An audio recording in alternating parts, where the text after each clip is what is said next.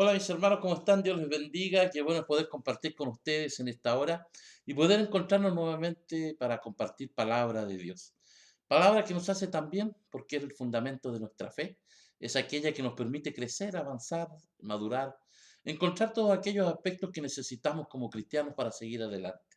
Sin duda que la palabra de Dios toma una importancia y una relevancia dentro de nuestras vidas, hermanos, como nada más podría hacerlo. Creo que no hay nada que se compare a la palabra de Dios en el sentido de importancia y relevancia que debe tener para nosotros. Por eso es necesario que hoy en día, hermanos, como cristianos, consideremos la palabra. ¿Por qué? Porque la palabra es la revelación de Dios. Alguien dijo, esta es la autobiografía de Dios, es la autorrevelación de Dios. Es Dios manifestándose a la humanidad a través de la palabra, es mostrándose, es dándose a conocer. Y la palabra nos muestra que la mayor autorrevelación de Dios se llama Jesucristo. Por eso su gran nombre es Emanuel, Dios con nosotros, Dios revelándose hacia nosotros. Hermanos, qué maravilloso privilegio tenemos. Él, siendo Dios, no escatimó el ser igual a Dios como cosa que aferrarse, sino que se despojó de sí mismo para hacerse como uno de nosotros. Y estando en condición de hombre, hermanos, se hizo siervo de los hombres. Y aún estando en esa condición, hermanos, Él fue mucho más allá aún, porque dio su vida por nosotros. Fue a la cruz, a la muerte de cruz, para cada uno de nosotros, hermanos, pudiéramos conocer a Dios mismo. Jesucristo es la revelación de Dios y por eso la palabra es tan importante para nosotros, porque como decíamos es el fundamento de nuestra fe. Y la misma palabra nos dice, hermanos, que la fe viene por el oír la palabra de Dios. Es necesario entonces, hermanos, que cada día nos alimentemos de ella. Así como nos alimentamos de muchas otras cosas, también debemos de considerar el alimento de la palabra. Ella misma nos dice, hermanos, que no de pan solamente vive el hombre, sino también de la palabra que sale de la boca de Dios. Y ese es el mensaje que recibimos a diario. Por eso es que compartimos estos devocionales y espero que sean de bendición para tu vida y podamos seguir creciendo en ella. Seguimos estudiando nuestro libro, Juan, ¿cierto? Capítulo 1, versículos 35 al 37. Ahí algunos extractos de estos versículos. Dice, el siguiente día otra vez estaba Juan y dos de sus discípulos, y mirando a Jesús que andaba por allí, dijo, he aquí el Cordero de Dios. Lo oyeron hablar los discípulos y siguieron a Jesús. ¿Sabe? Estamos hablando de las características del ministerio de Juan y cómo él de alguna manera a través de su experiencia con Jesucristo pudo impactar la vida de muchas otras personas. ¿Sabe otra característica importante que tenía Juan el Bautista? Y que él era un maestro. Él era un líder. Pareciera uno de los temas o características de la vida de Juan menos conocidas, porque siempre me lo imagino, ¿verdad? Como la idea que tenemos de él siendo un hombre más bien solitario, un hombre que no le gustaba quizás mucha gente, eh, porque vestía de pieles, comía insectos, vivía en el desierto, o sea, era un hombre que más bien parecía ermitaño. Pero sin embargo, él era un maestro, era un líder. Él tenía discípulos que le seguían. Y como podemos ver acá, esos discípulos eran leales a él. Por ejemplo, en el libro de Hechos, capítulo 18, 25 y 26, nos habla de uno de los discípulos de Juan el Bautista, Apolos.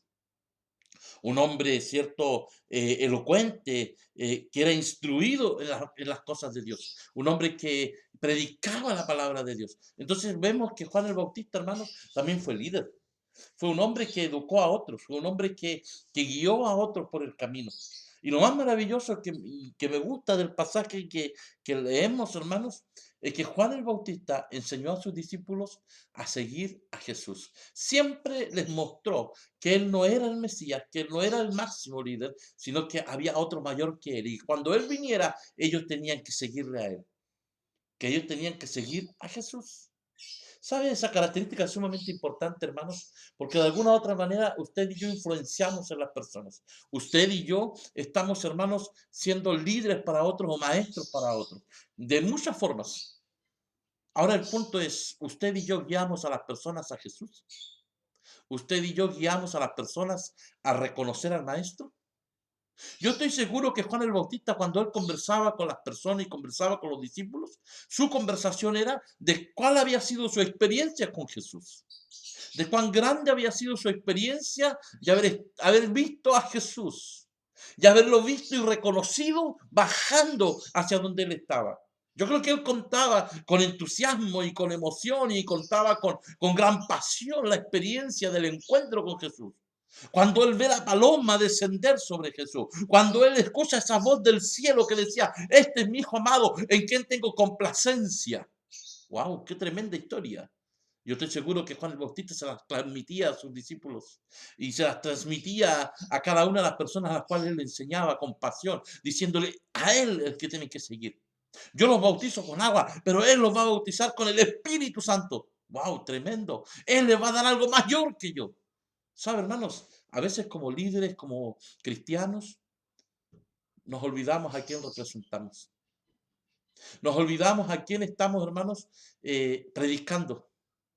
Y a veces tendemos a hacer que las personas no miren a Jesús en nuestro hablar ni en nuestro andar, sino que nos ven solo a nosotros. Y muchos se crean expectativas en torno a los líderes. Muchos se crean expectativas en torno al pastor. Pero cuando esa persona cae, pero cuando ese líder fracasa, ¿sabe? Las personas que pusieron sus ojos en él también lo hacen. Porque no tenían puesta la mirada en aquel que es mayor, que se llama Jesucristo. Juan el Bautista siempre le dijo a sus seguidores, a sus discípulos, a sus alumnos, yo no soy el mayor se llama Jesús. Dice, yo no soy digno ni siquiera de desatar las sandalias de sus pies. Ya lo veíamos en otro estudio anterior, que desatar las sandalias era el trabajo más indigno que le daban a aquel sirviente al menor de todos, porque nadie lo quería hacer. Pero sin embargo, hermanos, Juan el Bautista les enseña a sus discípulos que Él es esa persona, que Jesús es mucho mayor, que Jesús es el Maestro, que Jesús es aquel a quien deben de seguir. Por eso cuando los discípulos escucharon que Jesús estaba ahí cerca, ellos inmediatamente fueron con Jesús. Y Juan el Bautista no se enojó, al contrario, él sabía que ellos iban a seguir al Maestro porque Él les enseñó el camino. Entonces, este pasaje nos enseña, ¿cierto?, que de alguna manera Juan el Bautista está, ¿cierto?, guiando a otros hacia Jesucristo. Su fe lo llevó a ver el cumplimiento de las promesas. Juan el Bautista fue un hombre privilegiado porque él pudo ver el cumplimiento de una de las promesas más grandes que había existido en el Antiguo Testamento, que llevaban años, cientos de años, hermanos, predicando este mensaje, la venida del Mesías. Y Juan el Bautista pudo ver la gloria de Dios, hermanos, cumpliendo la gran profecía. ¡Qué maravilloso! Una palabra clave de este pasaje es mirando.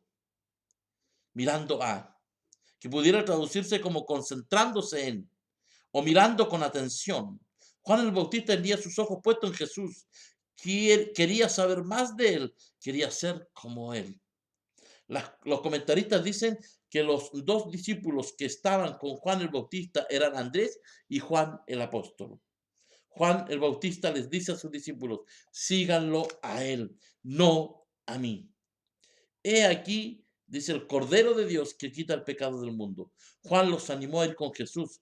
Ahora Juan el Bautista debía de crecer y Jesús debía ser el personaje principal. ¡Wow! ¡Qué tremenda actitud de Juan el Bautista! Aquí el único que tiene que brillar es Jesús. El único que tiene que brillar es Jesús.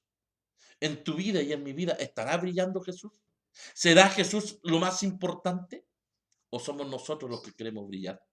¿O somos nosotros los que queremos recibir esas palmaditas en la espalda, felicitaciones, que bien lo haces, que elocuente eres, que si tú no estás nada funciona? Que si las personas no nos siguen a nosotros, hermanos, ¿están mal? Hermanos, nosotros no somos el centro de la atención. El centro de todo se llama Jesucristo. Nuestra tarea es de crecer y permitir que el centro de nuestro ministerio sea Jesús. Para Él ministramos y trabajamos. No hay otra razón de ser.